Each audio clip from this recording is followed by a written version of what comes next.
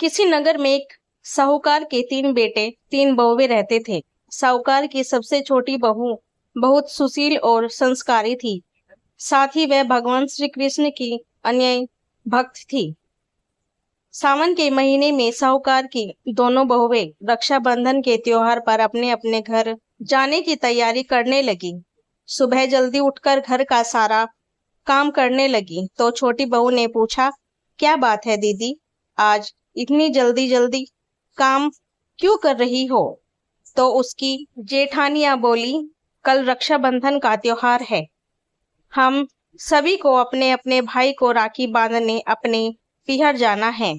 तेरा तो कोई भाई नहीं है, तू क्या जाने रक्षाबंधन के त्योहार का महत्व, भाई बहन के रिश्ते का महत्व। छोटी बहू को यह बात बहुत बुरी लगी और वह भगवान श्री कृष्ण की प्रतिमा के समक्ष खड़ी होकर खूब रोई और बोली, यदि मेरा कोई भाई होता तो आज मैं भी अपने पीहर जाती। अगले दिन रक्षाबंधन का त्योहार था। सुबह सुबह उसके घर उसके दूर के रिश्ते का एक भाई आया और आकर साहूकार से बोला, यह मेरी बहन है, मैं इसके दूर के रिश्ते का भाई हूँ और इसे रक्षा बंधन के त्योहार पर अपने साथ अपने घर ले जाने आया हूँ।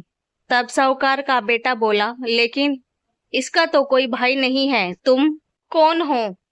उसके समझाने पर साहूकार और उसका बेटा मान गया और छोटी बहू को उसके साथ भेजने को तैयार हो गया। परंतु छोटी बहू के पति के मन में कुछ शंका थी। वह बोला, आप इसे ले तो जा रहे हैं, परंतु इसे वापस लेने मैं खुद आऊंगा। ऐसा कहकर उन्होंने छोटी बहू को उसके भाई के साथ रवाना करा।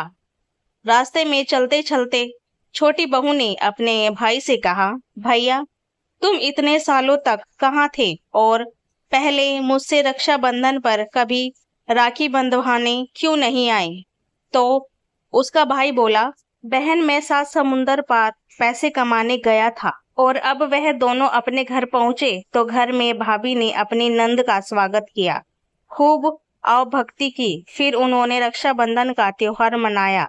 ऐसे ही हंसी खुशी समय बीत गया। एक दिन छोटी बहू का पति उसे लेने उसके घर आया। महल जैसा घर और ऐसो आराम देखकर वह चकित रह गया। भाई और भाभी ने उसकी खूब आव भगत की।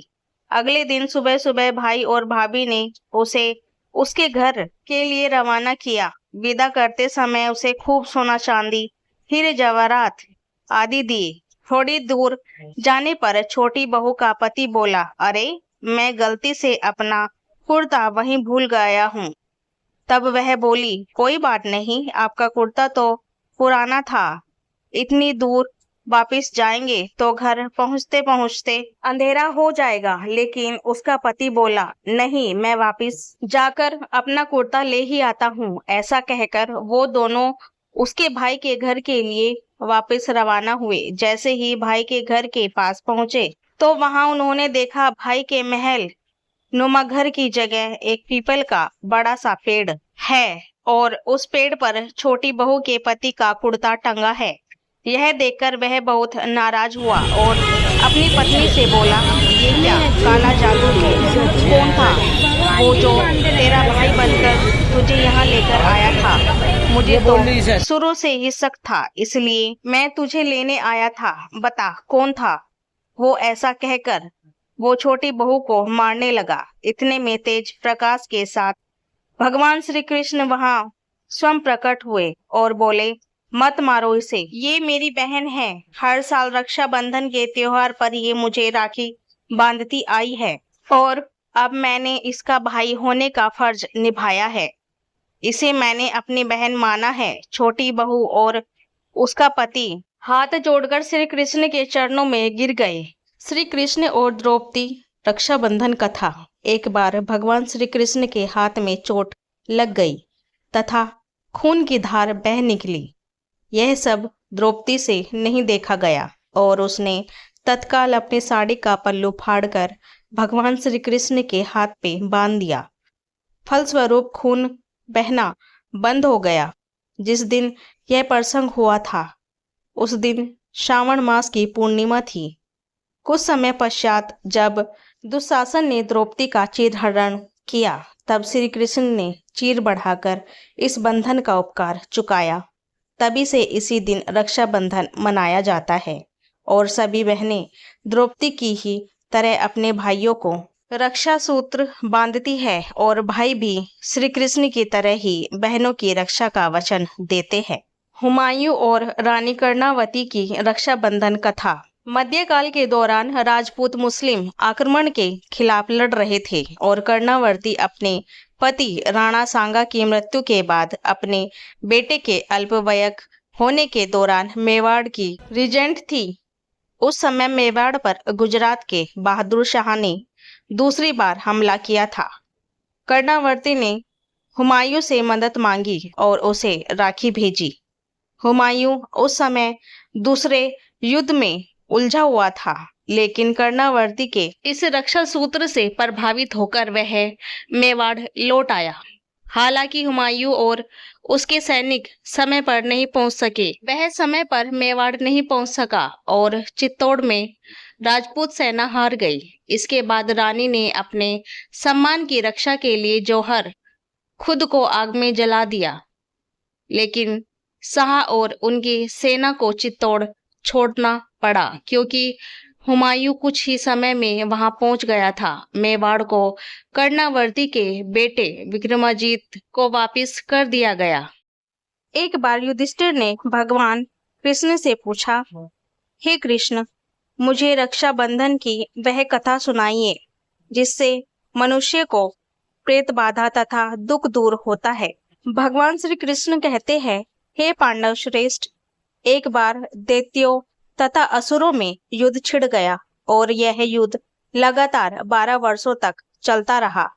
असुरों ने देवताओं को पराजित करके उनके प्रतिनिधि इंद्र को भी पराजित कर दिया। ऐसी दशा में देवताओं सहित इंद्र अमरावती चले गए। उधर विजेता दैत्यराज ने तीनों लोकों को अपने वश में कर लिया। उसने राजपद से घोषित कर दिया कि इंद्रदेव सभा में न आए तथा देवता व मनुष्य यज्ञ कर्म न करे, सभी लोग मेरी पूजा करें। दैत्यराज की इस आज्ञा से यज्ञदेव पठन पाठन तथा उत्सव आदि समाप्त हो गए। धर्म के नाश से देवताओं का बल घटने लगा।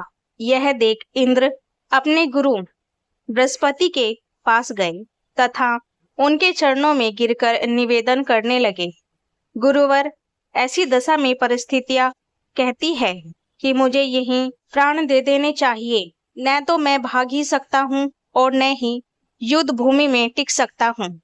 कोई उपाय बताइए। बृहस्पति ने इंद्र की वेदना सुनकर उसे रक्षा विधान करने को कहा। श्रावण पूर्णिमा को प्रातःकाल निम्न मंत्र से रक्षा विधान संपन्न किया गया। इंद्राणी ने श्रावणी पूर्णिमा के पावन अवसर पर द्विजों से स्वास्तिवाचक करवाकर रक्षा का तुंत लिया और इंद्र की दाहिनी कलाई में बांधकर युद्ध भूमि में लड़ने के लिए भेज दिया। रक्षाबंधन के प्रभाव से